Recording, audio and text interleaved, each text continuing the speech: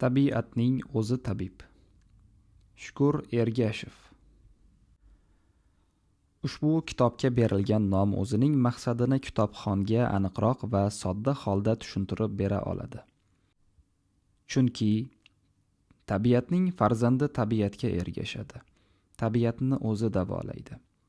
Sharq tabobatining yirik vakili Abu Ali ibn Sino va dunyodagi boshqa allomalarning o'zlarining shifokorlik faoliyatida tabiat inom etgan giyohlardan bemorlarni davolashda samarali foydalanganligi to'g'risida aniq va ravshan yoritilgan.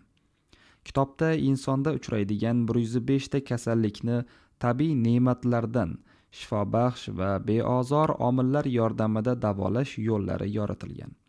Hayotda uchrab turadigan allergik, o'pka, astma, asab kasalliklari, aviatimoz, bel og'rig'i, buyrak kasalligi, bezlar xastaliklari, shuningdek dorilar ta'sirida kelib chiqadigan xastaliklar, jigar va o't xastaliklari, zaharlanish, isitma ko'tarilishi, ich ketishi haqida ma'lumot berilgan. Ulardan tashqari kitobda yo'tal, ko'z, oshqozon va milk kasalliklari, suyak va tish og'riqlari, teri xastaliklarida tabiat ne'matlaridan foydalanish usullari keng yoritilgan.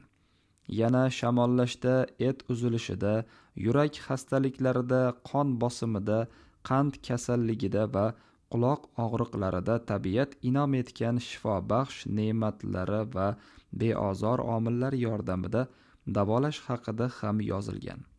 Kitob ilmiy asoslangan va hayotda qo'llanishi aniq va sodda qilib berilgan. Hozirgi vaqtda ushbu kitob xalq uchun kerakliligi bilinib turibdi. Inson tabiatning bir qismi, zarrasi bo'lganligi uchun tabiat ne'matlaridan foydalanishi kerak.